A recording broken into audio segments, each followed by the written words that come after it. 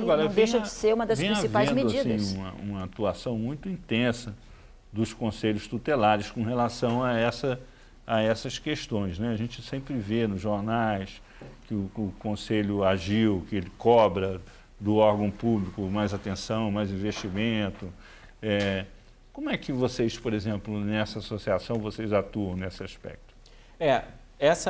Nesse aspecto, é fortalecer os conselhos tutelares. Eu acho que em todo é consenso que precisamos fortalecer os conselhos tutelares. Primeiro porque o conselho tutelar é a expressão da comunidade. O conselho tutelar é eleito pela sociedade. Então, cada comunidade, cada sociedade elege seus representantes para proteger a criança e o adolescente. E por isso, os conselhos tutelares são escolhidos dentro da comunidade, dentro da sociedade. E precisamos fortalecer esse canal. Não é para profissionalizar o conselheiro tutelar, para ele ser um profissional para cuidar. É para vir o representante da sociedade e o poder público permanentemente capacitar esse conselheiro tutelar e dar condições para ele exercer o atendimento eficaz. O que seria uma estrutura mínima para o conselho tutelar funcionar? Estrutura mínima seria uma equipe interprofissional para atuar junto com o conselho tutelar.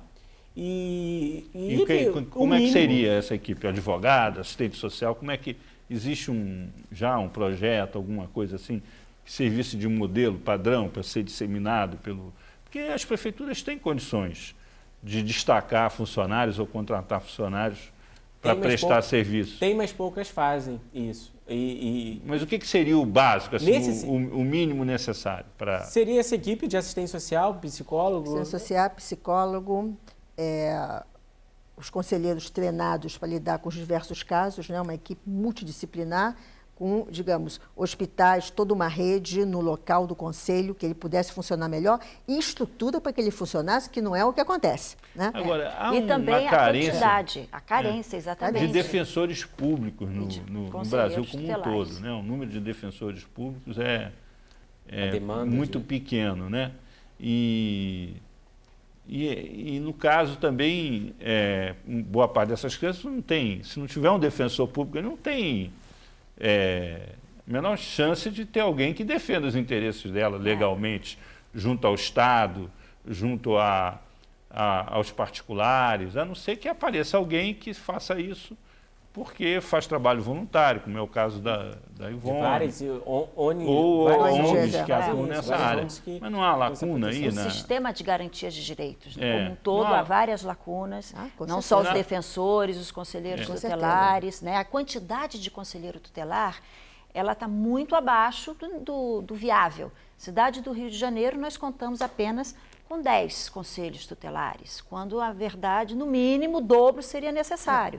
Não só a qualidade, mas a quantidade. Só para dar um exemplo, na minha área, que é a área ali de Bom Sucesso, né, você tem um conselho tutelar que abrange Ilha do Governador, Complexo da Maré, Complexo do Alemão, Ramos, Olaria, quer dizer, é impossível. 6 conselheiros, é impossível dar conta. Né? Então, eu acho que o investimento dos municípios tem que ser muito maior, tem que haver conselhos tutelares em áreas menores para que essas crianças possam ser atendidas.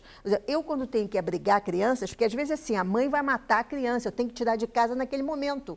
Aí começa uma via crucis, né? Porque você não tem como fazer aquilo rápido, porque você não tem os abrigos, porque não tem vaga, porque não tem isso. É muito complicado. Então, tem que agilizar a implementação do estatuto, para essa criança ter um atendimento adequado no momento que ela necessita. Isso não acontece hoje. Você trabalha numa comissão, o trabalho de vocês funciona como um estágio, um trabalho voluntário?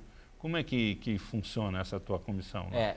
É um conselho, na verdade é um grupo de adolescentes e jovens espalhados por todo o país, que nós começamos a participar dessa associação brasileira de juízes, promotores de justiça e defensores públicos, na ideia de o sistema de justiça precisa ouvir os adolescentes e os jovens. Isso tem possibilidade de virar um movimento, assim, que mobilizasse jovens estudantes de direito no país inteiro, que passasse a se dedicar a isso, a ganhar uma estrutura mais, vamos dizer assim, de massa, tivesse mais gente...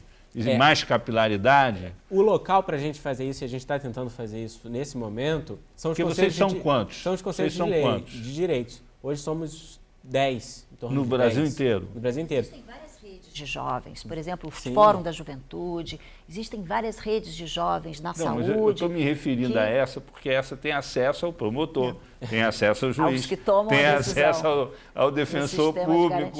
Em tese, eles têm um poder, com certeza só que são muito poucos. Isso já é um avanço, fazer com que o sistema de justiça, com que os promotores se abram para ouvir os adolescentes, ouvir os jovens, ouvir a demanda deles, porque eles estão aplicando o estatuto diariamente. Eu estou perguntando, mas vocês não podem transformar isso num movimento, numa coisa maior? Sem dúvida, sem dúvida. Porque isso aí, por exemplo, vai ser muito bom para a sua carreira como advogado, entendeu? Mas o alcance da iniciativa de vocês para a envergadura do problema é pequeno, a não ser que isso se multiplique, que você transforme isso num movimento. Mas dentro das universidades, qual é o interesse dos estudantes de direito na questão da criança e do adolescente? É muito pouco. Então, tem que começar por lá. Tem que começar nas universidades. Quando formar esses jovens, já formar obrigatoriamente, que teria que ter uma cadeira onde isso seria estudado. Porque não adianta, você forma advogados que não conhecem. Né? Juízes, então é uma área que se formam sem nem conhecer o Estatuto da Criança e do Adolescente. Não sabe. Então eu acho que pode cair pode cair numa vara da infância e juventude. Ele pode ser designado para ser juiz titular de uma vara da infância e juventude sem nunca ter feito prova de conhecimento do Estatuto da Criança e do Adolescente para a carreira da magistratura. Então, acho que a falha, outra vez nós voltamos para a falha, que é uma falha do ensino, é uma falha de despertar o interesse desses jovens para essa problemática. Por quê? Porque a classe média e média alta acha que não é com ela. Acha que não é com ela. Porque se acontecer de um menino rico furtar, ela vai ter instrumentos, né, para defender esse menino que aquele outro não tem, embora o delito tenha sido o mesmo. Então, o que nós temos que acabar na sociedade brasileira é essa divisão de classes intelectual também. Porque um tem uma informação e a outra não tem. Você tem uma escola pública que é uma escola para pobre, quando deveria ser uma escola para todos os brasileiros, de todas as classes, se misturando numa escola de qualidade para todos. Você tem uma lei, que é o Estatuto da Adolescente, que diz que é lei para pobre. Já ouvi isso várias vezes. Então, você cria a balança aqui, uma balança ali, de uma coisa que é para todos. Tem que universalizar isso. E ele não é universalizado. Agora, isso é um pouco uma reprodução de um modelo patriarcal, né, da família brasileira, do patrimonialismo brasileiro, em que isso vem lá do senhor de engenho dos agregados, que tinha um estatuto, e do resto, né, das pessoas. Né? Nós precisamos desconstruir vários modelos. O modelo patriarcal, a sociedade machista, a sociedade que entende que a criança não tem direitos, não é sujeito de direito e sim objeto. Então, são vários modelos que nós estamos já desconstruindo, mas ainda precisamos avançar. Por exemplo, agora, caso Bruno, né, quando se refere ao adolescente que está envolvido na questão, é sempre o menor. É o menor que cometeu um crime, um delito. Nunca se refere a esse menino como um adolescente. Agora, os nossos filhos, a classe média, não se chama, não se refere a uma criança ou um adolescente como um menor. Caso, não, jamais. Ele é criança, adolescente, tem nome, né? Mas é um adolescente que tem suas responsabilidades como adolescente, e o Estatuto traz também responsabilidades com relação aos adolescentes e crianças, mas também traz aí deveres e tem que cumprir. Se houver algum delito, o menino tem que passar, ou a menina, pelas medidas socioeducativas, seja aberta ou fechada, mas tem. Deveria ser em qualquer classe. Em qualquer classe, em qualquer região do país. Agora, em qualquer é curioso que nesse caso do Bruno, quer dizer, tanto ele quanto a namorada que foi morta, né, a ex-namorada que foi morta, são pessoas que vêm de famílias desestruturadas, né? Totalmente desestruturadas.